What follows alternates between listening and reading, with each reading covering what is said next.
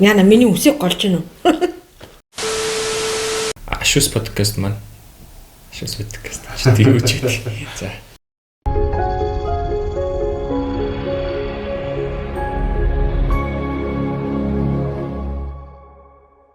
Сайн бацгаана уу?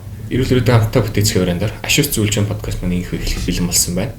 За өнөөдрийн зочноор маань анаах шинжилгээ ухааны үндэсний сургуулийн, бие онохон сургуулийн физик мэдээлэл зүйн техникийн эрхлэгч, физикийн ухааны доктор Пүрүд болохоор багш нар ирсэн байна. Баярлалаа. Сайн байна багш. Сайн байна.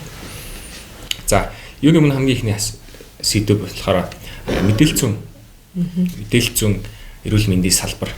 За, мэдээлэл зүйн эрүүл мэндийн мэргэжлийн тухай таныг сайхан товч ярьж өгч. За тэгэхээр мэдээлэл зүйн эрүүл мэндийн хөтөлбөр гэдэг маань болохоор ямар хөтөлбөр вэ гэдэг би эхлээд товч тайлбарлая тийм ээ. За тэгэхээр хүний эрүүл мэнд гэдэг бол нэн чухал үнэтэй асуудал. Тэгэхээр эрүүл мэндийн тусламж үйлчилгээ, эмчилгээ онцлогоог хүн яг тухайн хэрэгцээтэй цаг үедээ үр дүнтэй авах нь нэн чухал асуудал тийм ээ. За тэгвэл энийг өөрөөр энэ эмчилгээ онцлогоо эрүүл мэндийн тусламж үйлчилгээг үзүүлэх байгууллага маань, эмнэлэг маань одоо яг тэр тухайн хүний үйлчлүүлэгчийнхээ хэрэгцээтэй одоо тусламж үйлчилгээг цаг алдахгүй үр дүнтэй үзүүлэх үүрэгтэй. Тэгэхээр өөрөөр хэлбэл энэ хоёрын хоорондын харилцаа холбоо хэрэгцээ шаардлагыг одоо хэрхэн үр дүнтэй хийх вэ? Энийг үр дүнтэй хийхин тулд эрүүл мэндийн салбарт мэдээллийн технологиг хэрэгжүүлснээрээ, нэвтрүүлснээрээ одоо энийг шийднэ. Өөрөөр хэлбэл эрүүл мэндийн салбарт мэдээллийн технологиг нэвтрүүлснээрээ эрүүл мэндийн тусламж үйлчилгээ нь одоо ард иргэдэд үйлчлүүлэгчтэй одоо чигд хурдан шуурхай хүртээмжтэй үр өгөөчтэй одоо хүрэх юм боломж бүрдэж байна. Тэгэхээр энэ эрүүл мэндийн салбарт мэдээллийн технологиг хэрхэн хэрэгжүүлэх вэ, хэн хэрэгжүүлэх вэ гэдэг асуудал гарч байгаа шүү дээ, тийм ээ. За тэгэхээр энийг анагаахын шинжилгээ ухааны үндэсний их сургуулийн бие анагаахын сургуульд мэдээлэл зүйн эрүүл мэндийн мэргэжилтэн бэлтгэн гаргадаг. Тэгэхээр өөрөөр хэлбэл эрүүл мэндийн салбарт мэдээлэл зүйн эрүүл мэндийн мэргэжилтэн маань мэдээллийн технологиг нэвтрүүлэх нэ. За тэгвэл энэ мэргэжилтэн маань ажлын байранд хэрхэн яг юу хийх вэ? Хэрхэн мэдээллийн технологиг нэвтрүүлэх вэ гэдэг талаар жоохон дэлгэрүүлээд тайлбар өгч тийм ээ. За тэгэхээр ер нь бол эрүүл мэндийн төрөлцсөн програм хангамжууд байна. Өөрөөр хэлбэл эмнэлэгт эрүүл мэндийн тусламж үйлчилгээ үзүүлж байгаа энэ байгууллагуудад хэрэглэгддэг чиглэлээр хэрэглэгддэг одоо програмууд байна. За онцлогоо эмчилгээний програмууд байна. Өвчтний захин бүртгэлийн програм байна. За тэгээд эмчилгээ онцлогоонд хэрэглэгддэг програм хангамжуудын програмууд байна. Хүний нөөцийн програм байна. За гэх мэтлэн эрүүл мэндийн салбарт хэрэглэгдэж байгаа одоо энэ програмуудын цогцыг эрүүл мэндийн мэдээллийн системэд нэрлэдэг юм л да. Тэгэхээр энэ эрүүл мэндийн мэдээллийн систем маань хэвийн үйл ажиллагааг хангаж ажиллана. Техник талаас болон програм хангамж талаас аюулгүй байдал болоод хэвийн үйл ажиллагааг хангаж ажиллах ёстой. За үүнээс гадна мэдээллийн технологийн хэрэгслүүд байна. Жишээлбэл одоо компьютер байна, принтер байна, сканер байна, бусад дагалдах хэрэгслүүд байна шүү дээ, тийм ээ. За мөн эмнэлгийн багш тоног төхөөрөмжүүд ордог. За энэ бүх одоо хэрэгслүүдийн програм болон техник хангамж аюулгүй байдлыг энэ мэргэжилтэн маань хангаж ажиллана. За мөн түүнээс гадна бол одоо телемедицин гэдэг маань одоо зайнаас уншлах эрүүл мэндийн тусламж үйлчилгээ үзүүлэх нэг хэлбэр тийм үү. Жишээлбэл энэ бол одоо манай Монгол орны хувьд бол Монгол улсын хувьд болохоор Улаанбаатар хоттой л нэг одоо шивгүү ингээ байрлсан. Бусад газар нутгийн хувьд бол том сэрэг суурьшсан юм одоо улс шүү дээ. Тэгэхээр яг ийм тохиолдолд бол одоо энэ телемедициныг өргөн дэлгэрэх найдвартай юм үйл ажиллагааг бол хангаж ажиллах нь бол ард иргэдэд маш их чухал. Өөрөөр хэлбэл зайнаас одоо юу гэдэг үйлчилгээ онцлогоогоо шууд авах боломж, зөвлөгөөг авах боломж, тийм ээ, авах боломж бүрдэж байгаа гэсэн үг байхгүй. Тэгэхээр энэ телемедицины одоо багаж тоног төхөөрөмж програм хангамжийг бас хариуцаж ажиллана. За тэрнээс гадна веб хуудсыг хөгжүүлж ажиллана. Тухайн эрүүл мэндийн байгууллагын эмнэлгийнхээ одоо веб хуудсыг хөгжүүлж ажиллана. Өөрөөр хэлбэл энэ веб хуудсандх мэдээлэл байнга апдейт хийж одоо шинжиж өөрчилж эрүүл мэндийн тусламж үйлчилгээнийхээ талаар ард иргэдэд байнга мэдээлэл хүргэж авах ёстой гэсэн үг. За тэгээд эмнэлгийн багаж тоног төхөөрөмжийг бас хариуцаж ажилладаг. За гэх мэтлэн үйл ажиллагааны хувьд бол техник болон програм хангамжийн хувьд одоо хариуцаж ажиллана. За тэгээд мэдээллийн технологичийн маань одоо мэргэжлийн бас онцлог гэж байна. Тэгэхээр энэ мэдээллийн технологич маань мэдээллийн технологийнхаа мэдээлэл зөрүүл мэндийн мэргэжилтэн маань мэдээллийн технологийн мэдлэг чадвартай байхаас гадна нөгөө эмнэлгийн одоо удирдлагт багтаа орж ажиллана, тодорхой шийдвэрүүд гаргаж ажиллана. За яагаад тэгэхээр энэ эрүүл мэндийн мэдээллийн систем гэдэг энэ систем маань одоо их хэмжээний бүртгэл эндээс өгөгдлийн сангаасаа сан бүрдүүлэх нь шүү дээ. Их хэмжээний өгөгдлийн хоримтлал үүснэ гэсэн үг байна.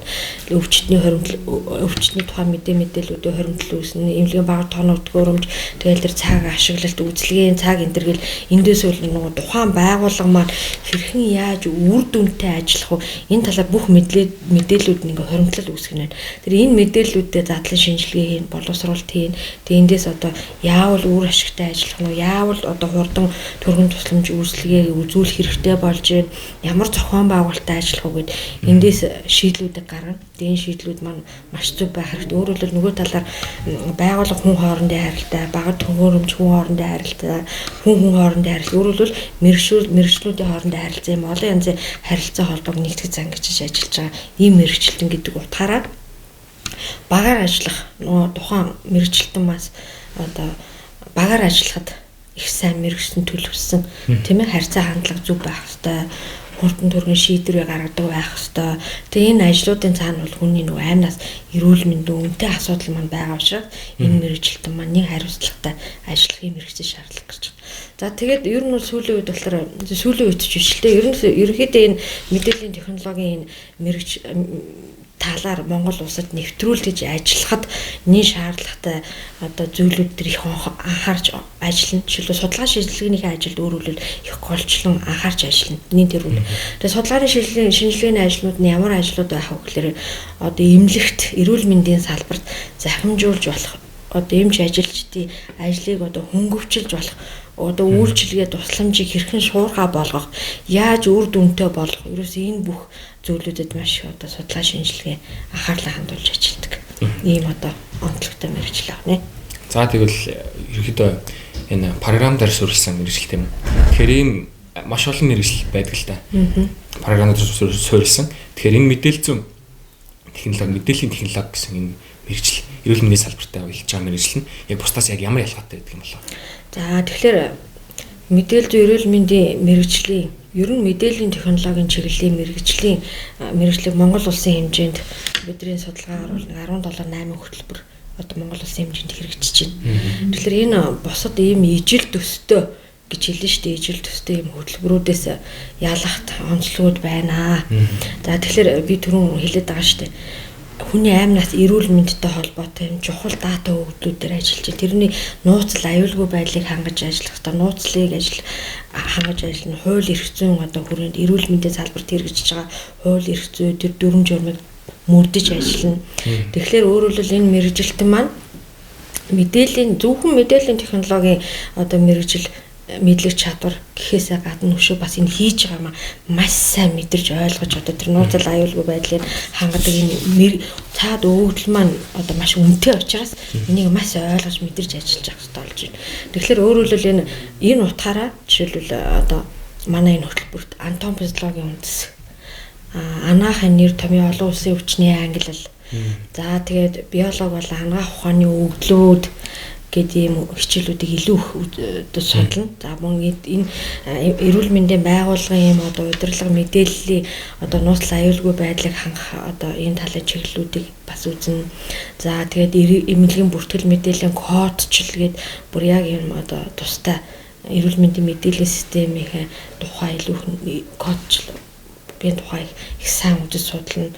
За тэгээд телемедицин эмнэлгийн багт тоног төгрөвч тийм ээ биоинформатик, биологийн загварчил симуляц, за нэг эмнэлгийн одоо үр ашигтай ажиллах, зохион байгуулалт тэрнтэй энэ холбоотойгоор эрүүл мэндийн одоо удирдлага тий зохион байгуулалт энэ энтрийг бол одоо илүү төлхөө одоо үзэл судалснараа босод ижил төстэй одоо хөтөлбөрүүдээс бол эрс ялгаатай.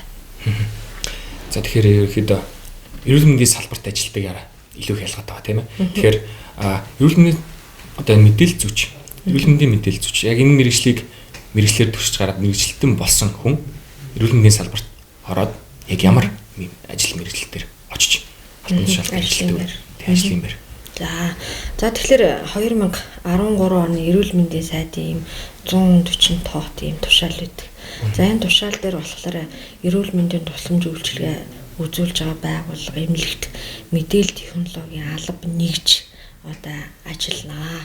За энэ мэдээллийн технологийн алба нэгжид одоо энэ мэрэгчлэтнүүдийг ажиллана гэж бүр заагаад өгсөн байна. Тэгэхээр энэ мэрэгчлэтнүүдэд болохоор өвглийн сангийн зохион байгуулалт хариуцсан мэрэгчлэтэн, сүлжээ одоо мэдээллийг хариуцсан мэрэгчлэтэн, сүлжээний аюулгүй байдлыг хариуцсан мэрэгчлэтэн гэсэн үг шүү дээ.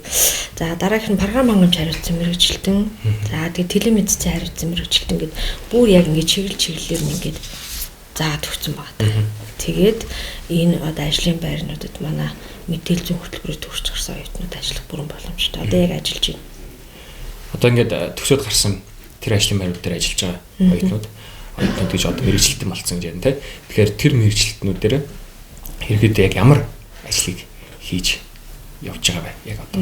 За тэгэхээр эрүүл мэндийн салбарт мэдээллийн технологиг хэрэгжүүлснээр нөгөө үйлчлүүлэгчдийн маань одоо үйл ажиллагаа нөгөө эрүүл мэндийн тусламж үйлчилгээ авах одоо энэ процесст мал хөнгөн шуурхай байх үүднээс хамаг анхаарлаа хандуулах гэдэг шүү дээ үүргүүчтэй байх.